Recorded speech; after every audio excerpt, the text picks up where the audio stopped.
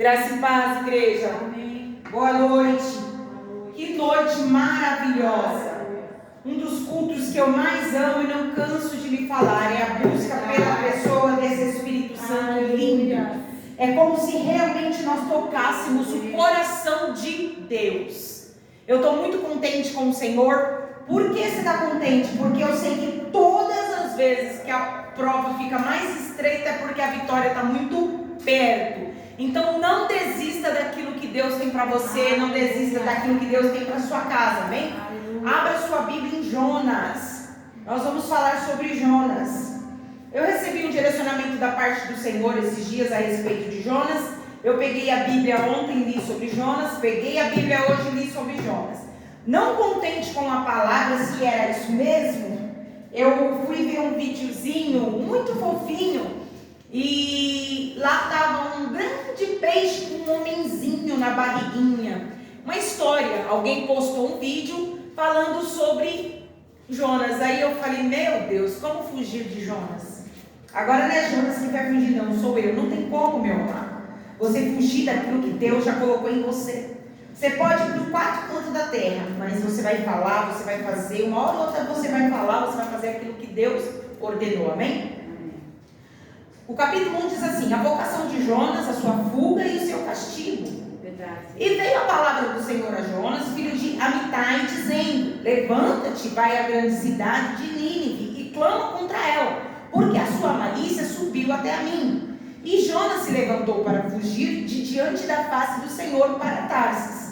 E descendo a Jope, achou que um navio ia para Tarsis, pagou, pois, a passagem e desceu para dentro dele, para ir com eles para Tarsis e diante da face do Senhor. Mas o Senhor mandou ao mar um grande vento. Quem mandou o vento? Foi Satanás? Deus mandou o vento. E fez-se no mar uma grande tempestade e o navio estava para quebrar-se. Querido, você viu que Deus havia dito para Jonas e levar o recado para Nínive. E Jonas, não querendo levar o recado, pegou um caminho contrário. E a passagem, a Bíblia vai nos dizer que o próprio Deus ordenou uma ventania. O que você precisa entender, o que eu preciso entender nessa noite, que nem todo vento é do diabo. O Senhor, ele tem que mandar alguns ventos, porque senão a gente se acomoda em situações. Outros ventos o Senhor manda na minha e na tua vida, porque ele precisa limpar o caminho. E a gente começa a questionar e coloca a culpa em A, coloca a culpa em B, coloca a culpa em C, coloca a culpa em D, quando tudo que Deus quer é que a gente ore para que tenha a interpretação e a direção daquilo que Ele está nos dizendo. Mas Jonas não, Jonas se escondeu ao sim. Então temeram os marinheiros e exclamava cada um ao seu Deus, e lançavam no mar as fazendas que estavam no navio para aliviar o seu peso. Quer dizer, tudo que aquele povo ainda tinha de valor, eles jogavam para fora, porque eles imaginavam que o navio está muito pesado, essa ventania, o navio não vai aguentar. Querido, o que você precisa entender, e eu preciso entender, que muitas das vezes Deus vai mandar algum vento nas nossas vidas, e o que Ele tiver que tirar, Ele tira. Você não precisa sair feito um doido arrancando tudo. Porque numa dessa, ao invés de você arrancar de fato um joio, você acaba matando um trigo. Então calma, calma. Existe um tempo oportuno para isso. Mas eles começaram a jogar tudo para que aliviasse o peso. Jonas, porém, desceu aos lugares, no porão, e se deitou e dormia um profundo sono. O pau comendo, o chicote estralando, e Jonas dormindo, irmão. Qual a obrigação de Jonas? Deus, o que está acontecendo? Esse vento é porque eu estou aqui. Esse vento, eu não sei qual é a intimidade desse homem com Deus, assim como eu não sei qual é a tua intimidade com Deus. Não, ele foi dormir no meio de uma situação que ele deveria estar ali ajudando, deveria estar fazendo algo, porque no estado de rebeldia ele já estava. Porque quando Deus manda você fazer algo e você não faz, você já entrou no estado de rebeldia. E o mestre do navio chegou-se a ele e disse-lhe: que tens dormente? Em outra tradução vai dizer dorminhoco. Trocando para miúdo, Jonas, o pau está chicote está estralando e você está dormindo? Qual é o teu posicionamento, homem? Ajuda, nem que seja jogar as fazendas, os baús, jogar a comida, a mala, mas faça alguma coisa. Ele foi dormir, achando que o dormir, ele ia amanhecer um outro dia, a tempestade dele. Não passa não. Não pensa que você fica dentro de um quarto amoado, depressivo, cabisbaixo. Esse problema, imagina, irmão, esse problema vai acabar te engolindo por inteiro. Você precisa levantar. Você precisa ir na direção que Deus havia mandado. Levanta-te, invoca o teu Deus. Talvez assim Deus se lembre de nós, para que não pereçamos trocando para miúdo. Você não sabe clamar o Deus, não? Tá na tua cara, tá? Porque o crente é assim, irmão. Ele pode estar no meio da balada, o cara vai chegar nele e vai falar assim: você é filho de crente? O trono orar, porque ele está parecendo que é crente. Não tem jeito, nós temos a marca da promessa, nós temos uma aliança feita com Cristo. E não é o pecado que vai nos esconder dos olhos do Pai, não. E dizia cada um ao seu companheiro: vinde, lancemos sorte, para que saibamos por que causa nos sobreveio este mal. Ou seja, aqueles homens falaram: não é normal, a gente entende de mar, essa tempestade está muito estranha. Você está entendendo, querido? E lançaram sortes, e a sorte caiu sobre Jonas. Você viu que eles lançaram a sorte, e o Deus de Israel, como não pode deixar nada em oculto, mostrou com quem que estava a falta. Quem era o rebelde?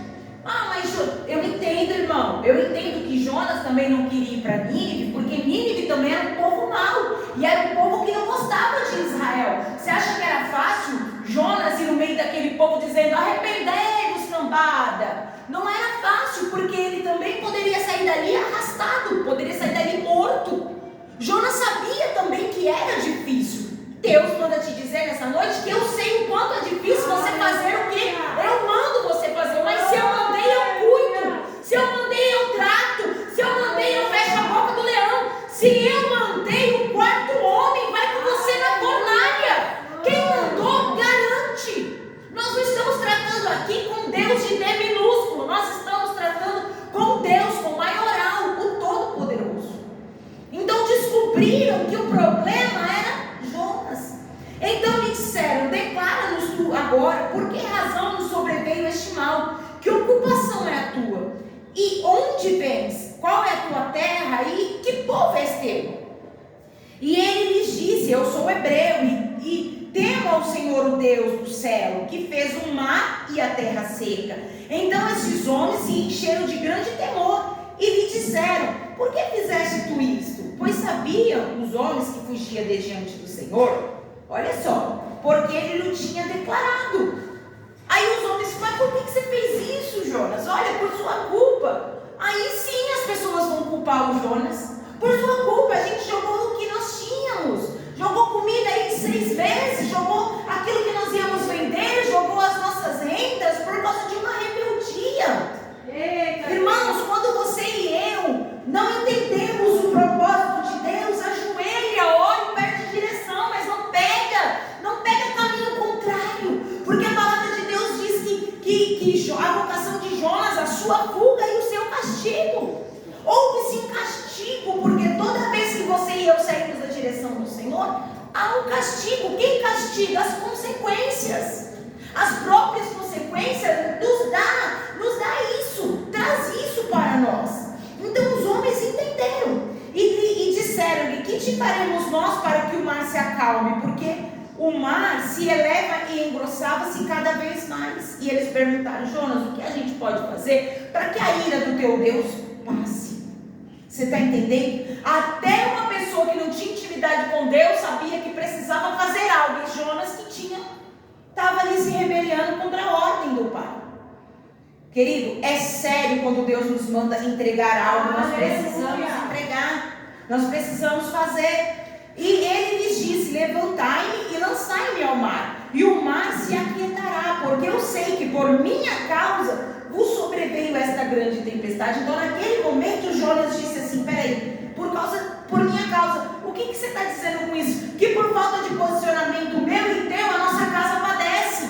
Por falta de posicionamento meu e teu, o nosso trabalho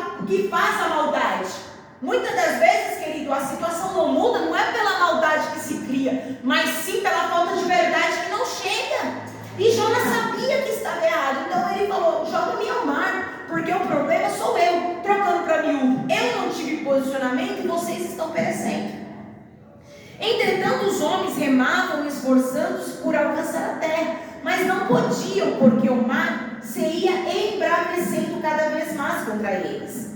Olha só, mais contra eles. Quanto mais eles remavam, mais o mar ficava furioso. Eles queriam remar para chegar na terra, para poder deixar Jonas na terra. Eles também não queriam jogar Jonas para Jonas se afogar, para Jonas morrer. Não era a intenção. Então clamaram ao Senhor e disseram: ah, Senhor, nós te rogamos, não pereçamos por causa da vida deste homem, e não ponha sobre nós o sangue inocente, porque tu, Senhor, fizeste como te aprouve. Eles entenderam que Deus não ia acalmar o mar, e eles entenderam que Jonas estava certo. Jogue-me para fora, lança-me ao mar. Querido, você tem que deixar Deus tratar na situação do jeito que Deus quer tratar. Você já não fez o que Deus mandou, e agora não quer também obedecer, o restante não quer seguir. Jonas entendeu e falou: não, esse povo está padecendo por falta de posicionamento. O que você está dizendo? Que tem muitos filhos hoje que padecem por falta de compromisso dos pais. Os pais casam e querem viver uma vida de arrumadinho, de balada, uma vida de cigarro, uma vida de droga. É isso que Deus chamou? Cadê o exemplo, pai? Cadê o exemplo, mãe? Ah, não deu certo com a mulher, joga a mulher para fora, bota a outra, e a mulher do menino virou uma bagunça. E depois quer que Deus vai lá e arruma a casa. Deus não vai arrumar aquilo que você tem que arrumar. Não adianta. É duro a palavra, mas o Espírito Santo está dizendo: eu estou chegando com novidade.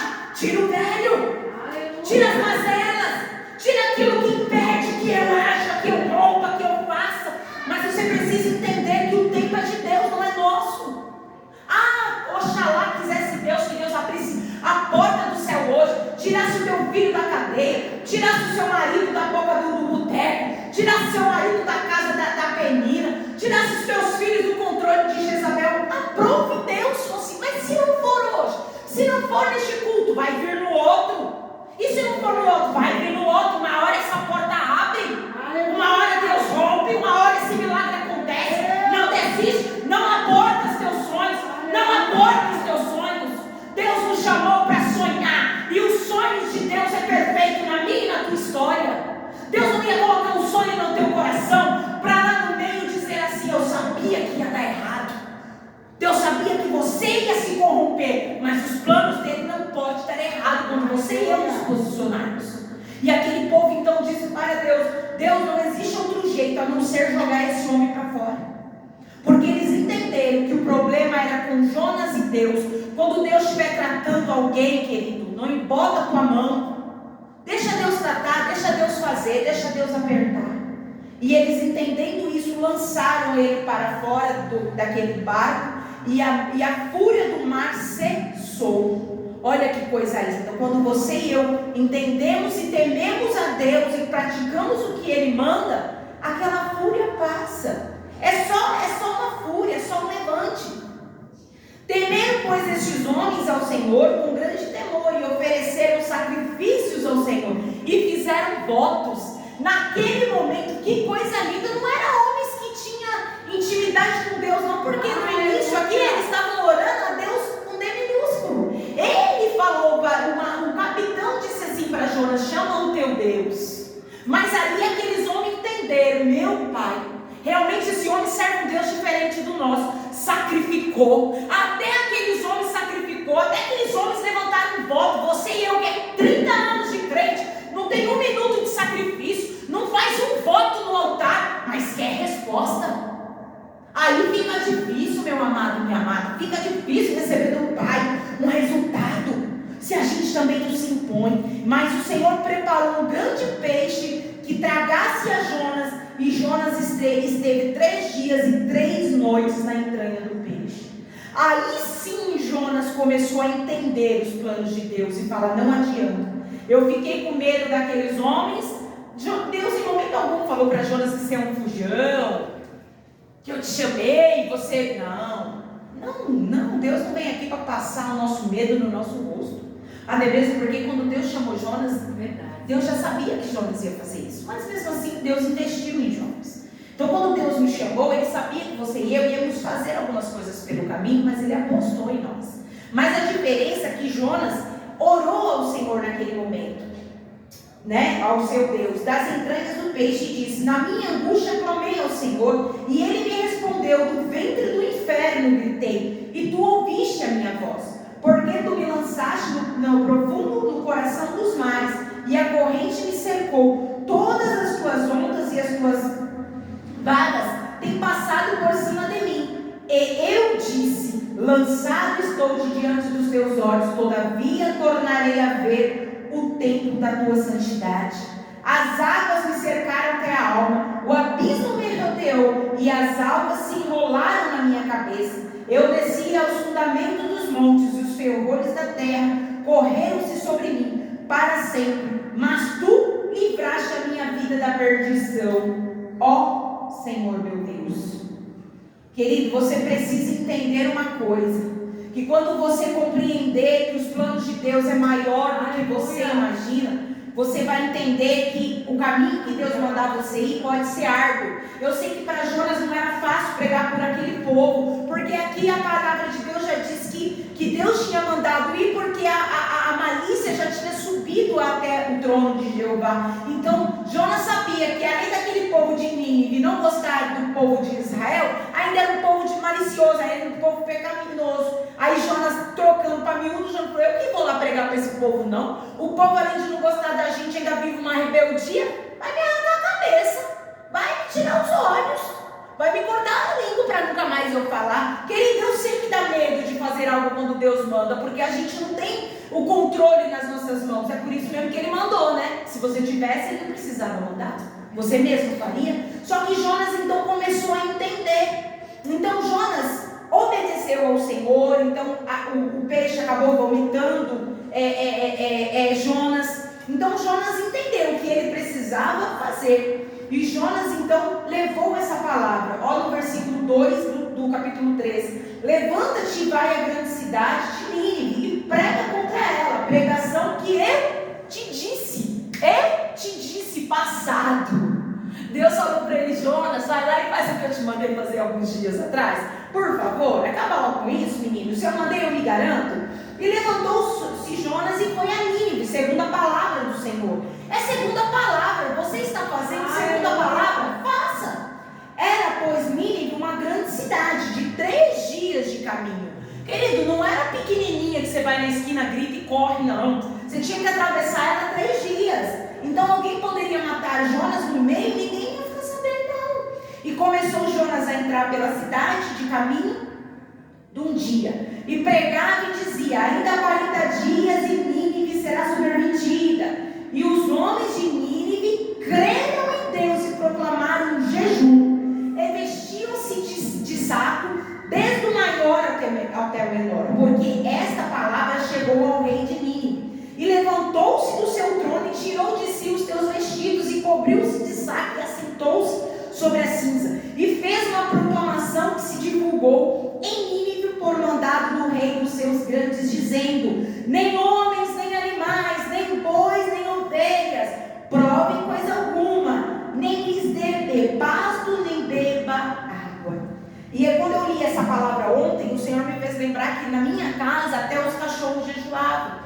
Minha mãe não deixava os cachorros comerem, eles jejuavam. Aí quando era meio-dia, ela entregava o jejumzinho deles, ia lá e jejuava, porque nós estávamos em guerra. Quando nós éramos bem menorzinhos, como que nós jejuávamos em casa? Ela pegava um lençol e jogava na televisão, porque a gente não tirava uma bolacha, a gente não tirava uma fruta, mas a gente era obrigado a tirar a televisão. Ela não deixava. É uma forma. Aí o rei falou assim: não, até meu cavalo, até a égua, até o jumento, até o cachorro, até o gato, até o passarinho, aqui todo mundo vai jejuar, porque entendeu que eles estavam a ponto do Senhor acabar com aquele lugar. Você precisa entender uma coisa: quando Deus nos fala que vai acabar com o mal, é para que a gente desperte, querido, para que Ele possa atender de verdade aquilo que Ele quer fazer. Porque a Bíblia por diversas vezes vai dizer que Deus não se arrepende, por diversas vezes vai dizer que o Senhor se arrependeu de fazer um homem. O Senhor se arrependeu. Não, querido, mas esse arrependimento aqui numa tradução é que não que Deus tenha perdido a mão, não que Deus tenha dito assim: nossa, eu me arrependi de ter colocado ele no povo, porque olha, eu perdi. Não, Esse arrepender do Senhor aqui eu lamento por esse povo. E Deus lamentava pela desobediência, mas que coisa linda, porque a partir do momento que Jonas entrou naquele lugar, aquele povo já abriu. Sabe por quê, meu amado? Porque aquele povo tinha um coração também disposto a ouvir Deus. O que muitas das vezes demora do A e o B se converter é porque as pessoas têm um coração muito duro, mas esse povo estava com sede. Do jeito que Jonas falou, bateu, houve-se entendimento. Então o que Deus está dizendo para você é: vai proclamar no meio dos teus, fala a pregação, fala a palavra de Deus, louva, dê testemunho. Você vai ver que uma hora esse povo vai se converter. Querido, tudo isso o Senhor sabia que ia acontecer, e Jonas também sabia que ia acontecer.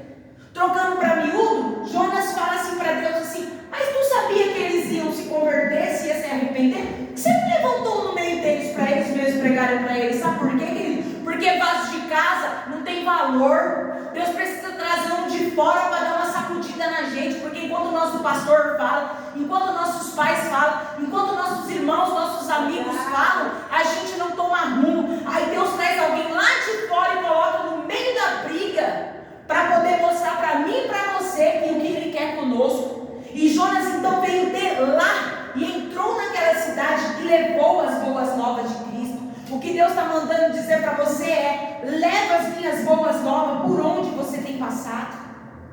Querido, quando você entender que Deus é maior do que aquilo que você quer fazer, do que você pode fazer, você vai entender que vai além dos planos dele.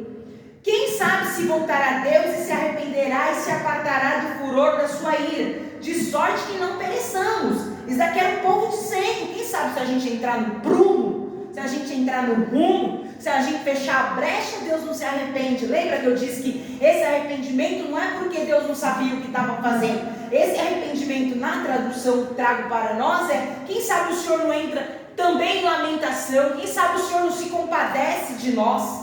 E Deus viu as obras dele como se converteram do seu mau caminho. E Deus se arrependeu do mal que tinha dito que lhes faria e não o fez. Mas desgostou Jonas, no capítulo 4, extremamente disso, e ficou todo ressentido.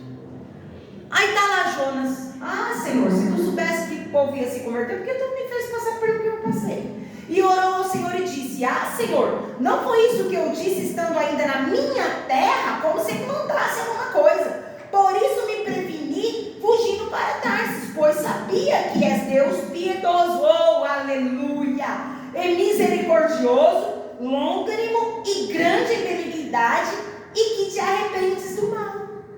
Aí Jonas ainda foi confrontar Deus, porque Deus era tudo isso. Mas, querido, se Deus não levantar alguém para mostrar para a gente a direção que a gente tem que seguir, a gente não tem como sair do caminho errado. Se alguém me ensinar você a pegar um ônibus para ir em algum lugar, você vai ficar com uma barata tonta. Então você vai perguntar, você vai no Google, você vai ver que ônibus que você vai pegar. Então o que Deus queria era despertar o povo, mas para despertar o povo precisava que alguém falasse. Só que Jonas parece que estava, não sei. Peço-te, pois, o Senhor, tira a minha vida, porque é melhor morrer do que viver. Aí ele já começou a entrar em uma crise. E disse: Senhor, é razoável esse seu ressentimento? Deus perguntou para ele: será que precisa disso tudo? Então Jonas saiu da cidade e se assentou ao oriente da cidade. E ali fez uma cabana e assentou-se debaixo dela, da sombra, até ver o que aconteceria à cidade. Ele ainda ficou vendo o que aconteceria. Será que esse povo não vai se arrepender? Não, Deus vai tomar esse lugar para matar todo mundo? Ele ainda ficou. Porque tem gente, querido, que paga para ver dando errado na tua vida. Tem gente que paga para você cair. Tem gente que paga para ver você desistir da promessa. Tem gente que senta, querida, ainda faz uma pipoca e pega uma Coca-Cola, dizendo: não vai dar certo não. E Deus vai te se molhando. Pode olhar, Jonas, pode olhar. E fez o Senhor Deus nascer uma abobeira, e subiu por cima de Jonas para que fizesse sombra sobre a sua cabeça, a fim de livrar do seu enfado. E Jonas se alegrou em extremo por causa da aboboreira. Mas Deus enviou um bicho no dia seguinte, ao subir da alva, o qual feriu a baboreira e esta secou-se. Aí ele se sentiu muito feliz. Olha que engraçado. Ele estava sentado, olhando o que ia acontecer com o povo de Nínive. Não gostou que Deus disse que não iria mais lançar, né, aquele povo, que ia ferir aquele povo, que ia permitir o castigo. Ele não estava feliz. Mas quando nasceu algo para fazer sombra, ele se sentiu feliz. É isso que acontece com algumas pessoas. Verdade. Que eles só ficam felizes se eles forem beneficiados. Mas, querido, você precisa entender que a glória de Deus, a graça de Deus é para todos. Mas Jonas não. Se Deus não matar esse povo, se Deus não secar esse povo, se Deus não falir esse povo, eu fico triste. Mas aí quando Deus levantou uma sombrinha sobre a cabeça dele, ele até sorriu. Aí Deus pensou assim com ele, assim, eu vou ferir essa árvorezinha que nasceu aí para fazer essas folhinhas, para fazer sombra, para ver se é gostoso quando a gente tira dele, se ele vai sentir se é gostoso, porque quando Deus ia tirar aquele povo de sobre a terra, ele estava achando bom, né? Mas quando Deus foi tocar naquilo que para ele lhe trazia sombra, meu Deus, mas Deus enviou um bicho no dia seguinte, ao subir da alva, o qual feriu, e esta se secou. E aconteceu que, aparecendo o sol, Deus mandou um vento calmoso, oriental, e o feriu a cabeça de Jonas, e ele desmaiou. E desejou com a sua alma morrer, dizendo: melhor é morrer do que viver. Agora ele estava feliz com a sombra. Aí como Deus tocou na ferida, porque Jó diz que Deus que abre a ferida e é dele que fecha. Aí quando Deus foi lá e colocou o dedo na ferida, aí ele já começou a entrar na crise existencial de novo. Me mata, quero morrer. Sabe? Parecendo aquelas mulheres, coitadas, que quando dá luz que entra em pânico, que deve entrar mesmo, e fala, ai, eu vou morrer. Ou parecendo aquelas crianças quando vai tomar vacina. Deus me ajuda, Jesus. Eu quando era pequena, enfim. Então disse Deus a Jonas: é acaso razoável que assim te enfades por causa da aboboreira? E ele disse: é justo que me enfade a ponto de desejar a morte? Mas Deus não estava enfadando ele, estava? Não, são consequências. Deus não estava. Irmão, você precisa entender uma coisa: que a vida são consequências. O vento passa por consequências, a brisa passa por consequências, os tempos bons chegam até nós por consequências. Nada é para sempre, nem os dias maus, nem os dias bons. Aleluia. Mas ele disse: nossa, o que tu fizeste comigo, eu até aí quis jogar a culpa em Deus. O Senhor me enfadou e eu pedi a morte. Jonas precisava era amadurecer na fé. Jonas precisava tomar um posicionamento de homem de Deus. Sabe o que você e eu precisamos? Posicionamento de servo, de mulheres de Deus. Aquelas mulheres que ele, quando fala, eu quero ver em 3 dias não acontecer, porque fala mediante a palavra de Deus. Mas você precisa entender uma coisa: que o caminho mau é necessário você passar. Ninguém é melhor do que ninguém nessa terra, não. O vento não vai bater só na casa do vizinho, bate na tua. A barriga do vizinho dói, a tua também está sujeita a doer. Mas Jonas parece que não entendia isso. E ainda disse para Deus que Deus o havia enfadado a ponto de desejar a morte. E disse o Senhor: tivesse compaixão da aboboreira, na qual não trabalhaste, nem fizeste crescer, tu nem fez ela nascer aí, Jonas. Nem foi você que colocou, e você está tendo dó, teve compaixão, Mas Jonas não estava tendo compaixão porque ela morreu. Jonas estava tendo compaixão, posso falar? Porque Deus tinha tirado ele da zoninha de conforto, tinha deixado o sol bater no coco dele para ele ver como é bom. Que numa noite nasceu e numa noite pereceu. Aí Deus falando: e não hei de eu ter compaixão da grande cidade de Nínive, em que estão mais de 120 homens, não contando mulheres, não contando crianças e não contando os animais, que não sabem discernir entre a mão direita e nem a esquerda, e também muitos animais. Por isso que eu falo para você que Deus cuida dos animais, e Deus zela, e Deus não gosta quando a gente judia de uma árvore, Deus não gosta quando a gente judia de um animal, Deus não gosta. Porque aqui ele fala para Jonas que tinha um povo que não sabia discernir entre a direita e a esquerda. Ou seja, o povo era o oba-oba. Se aqui está dando isso, eu vou. Se aquela igreja está dando aquilo, eu vou. Aí não tem resultado, vai para o lado B, vai para o lado A. Aí o lado A não dá resultado, até trabalha no lado C. O lado C não está dando resultado, aí até trabalha com a maldade. Sabia que tem gente que paga para não dar certo aquilo que você tem no seu coração? Sabia que tem gente que pega salário e investe na maldade para a tua família morrer, para você perecer? Sabia que tem gente que investe a maldade, às vezes não paga, mas lança um pensamento, lança uma palavra dizendo: se essa pessoa não for minha, não é mais de ninguém. Mas nessa noite Deus mandou eu vir aqui dizer: ei Jonas, acorda Jonas, chega de meninice Jonas, eu tenho misericórdia de Nínive. O que Deus está dizendo nessa noite é: se eu tenho misericórdia do pecador, Jonas, tu acha mesmo que eu não vou ter misericórdia da minha igreja? Tu acha mesmo que eu não vou ter misericórdia de um povo que tem compromisso, um povo que eu fiz uma aliança, que eu fiz uma promessa? Irmão, o que você precisa entender, enquanto você estiver olhando para o teu machucado, para a tua ferida, querendo dizer para Deus onde está magoado, o que está doendo, a tua casa vai perecer, os teus filhos vão perecer. Falta de posicionamento. E depois não dá para chegar e colocar o dedo no rosto de Deus, como fizeste Jonas. O Senhor me enfrentou e eu quis a morte. O Senhor me colocou na prova e eu desejei morrer. Se Deus te colocou na prova, meu amado, é porque tem vitória. Ou você já viu alguém ganhar uma guerra sem entrar em ninguém? Se alguém ganhar, ter uma vitória sem entrar numa guerra? Vai ler um livro de história, meu amado. Tu não sabe o que é vitória. Para ter vitória tem que existir uma competição. E aquele que for melhor, aquele que não deixar se levar, aquele que não desanimar, terá a coroa da vida, que é a vida eterna. Ainda que nessa terra tu morre debaixo de uma ponte, passando necessidade, se você ganhar a coroa eterna, eu vou dizer uma coisa para você: não tem nada melhor do que a salvação.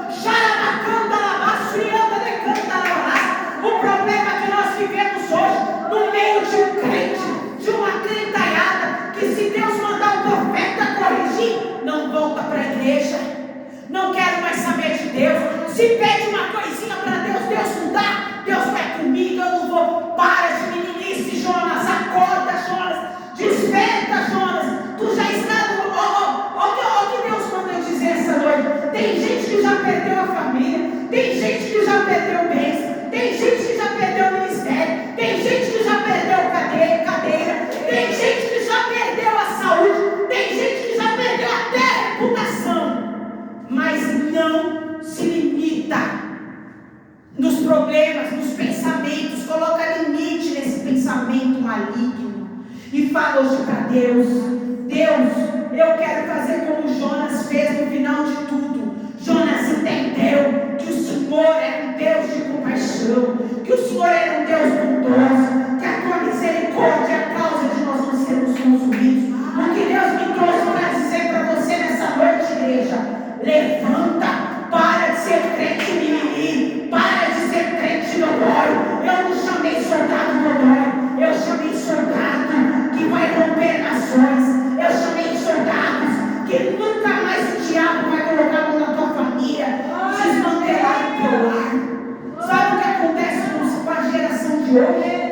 Hoje a gente tem que ter cuidado para não pegar forte para o novo convertido. A gente tem que ter cuidado para não pegar forte para o velho convertido. Sabe por quê, irmão? Porque antigamente a gente abria a porta de uma igreja, de um ponto de pregação, e a gente tinha aquele cuidado com a nova ovelhinha, porque eles eram crus, eles não entendiam da palavra, mas se inverteu. Hoje nós estamos numa geração que, se eu não apoiar o pecado deles, eu estou fora. Se eu não apoiar o pecado deles, eu não sirvo Deus. Se eu não apoio o pecado deles, se eu não apoio o mimimi deles, eu recebo processo. Meu querido, eu vou te dizer uma coisa: eu não preciso apoiar o teu erro, eu só tenho que te respeitar como ser humano. Mas o apoiar o errado, eu não vou apoiar. Para ganhar lugar, para ter amigos, não preciso, querido. Eu aí sim Cristo vai trazer amigos para nós, vai trazer pessoas que vão somar com a nossa casa. O que a senhora está querendo dizer com isso? Simples e objetivo, e parei por aqui. Toma direcionamento, toma aquilo que Deus mandou, Jonas. Pega no arado e não olha para trás, que se olhar para trás não tem parte comigo. O que Deus manda dizer para algumas mulheres nessa noite é: você é o governo da tua casa. Para de trazer porcaria para dentro da tua casa. Para de se assentar o dia todo nas rodas dos escarnecedores, que à noite o vento passa e não tem estrutura. O diabo passa, leva teus filhos. O diabo passa, leva teu marido. Você é o governo de uma casa, mulher. Você precisa entender que se o sacerdote não está apoiado na rocha que é Cristo, seja você mulher sábia. A palavra do Senhor vai nos dizer que a mulher sábia edifica a casa e a toda derruba. Se você não tiver sabedoria para levar a tua vida em todos os âmbitos da tua vida, querida, sua vida vai ser de falência a falência. Uma coisa é nós passarmos pela prova, outra coisa é a gente pegar a prova com a mão. Senhor Deus e Pai, Deus das nossas vidas, Senhor da nossa alma, eu celo essa palavra em nossos corações. Pai, onde essa palavra chegar, aonde esse vídeo chegar, aonde nossa voz chegou, em nossos corações que estamos aqui hoje, Pai querido, Pai amado, nós não queremos ser Jonas, nós não queremos, Pai querido, retrucar a tua ordem, Senhor, porque é muito fácil ser seu amigo com a mesa farta, mas é difícil quando o Senhor nos coloca para uma obra difícil, uma obra, Pai, que não tem recurso, ou cuidar de uma família rebelde, ou estender a mão para alguém, Pai, sendo que nós não temos estrutura, mas o Senhor está dizendo para nós: se eu mandei ir, eu dou a estrutura, Pai querido, Pai amado, fecha a boca do leão, Senhor Deus e Pai, fecha essa fornalha, querido Deus de Israel, repreenda, meu Pai, essa mentira, assim como Satanás usou a mulher de Faraó para prejudicar José. Aquele homem voltou para a cadeia por causa de uma mentira, por causa de uma mulher que não tinha escrúpulo, por causa de alguém, Pai, que para benefício, Senhor, não se importou em machucar mais uma vez aquele menino que já havia ferido, que já havia sido, meu Pai, golpeado pela própria família. Senhor Deus e Pai, repreenda todo espírito de Jezabel, coloca por terra, Pai, todo homem altivo, todo espírito de Saul, caia por terra nessa noite. Nós estamos na busca pelo Espírito Santo, então abra os olhos da tua noiva, Espírito Santo, distribua dons nessa noite, Espírito Santo, aumenta a fé da tua noiva, para ela aguentar passar por dentro de Nínive, Pai, ensina a tua filha a passar por dentro de Nínive, mas no final da trajetória da tua filha, haverá recompensa, não só tua filha será salva, mas a casa da tua filha, o marido da tua filha, os filhos dessa filha do Senhor, os pais, os parentes de perto, os parentes de longe, os vizinhos e as vizinhas, meu Pai. Meus queridos, se o Senhor começou a boa obra, tu és fiel para cumpri-la, para terminá-la. Tua palavra diz que o Senhor é homem, Pai querido, Pai amado, para mentir. Também tu não és filho do homem, Senhor, para voltar atrás, para se arrepender, meu Pai. Todavia tu falaste, há de se cumprir. Eu peço, abre as portas do céu nessa noite, escancara as janelas dos céus, multiplica, Pai, a comida no celeiro do teu filho, visita a conta bancária, Senhor, visita, meu Pai querido, Pai amado, a saúde, visita casamento, visita, meu Pai querido, Pai amado, a família com libertação, cura toda mágoa, todo ressentimento, Pai, arranca toda ferida, Senhor, mostra para esse homem, para essa mulher, que o tempo ruim que foi da vida dele e da vida dela foi só passado, Deus, que o Senhor tem história para esse homem, que o Senhor tem libertação, que o Senhor tem livramento. Faça acontecer nos tempos de hoje, ó Deus de Israel, faça acontecer maravilhas,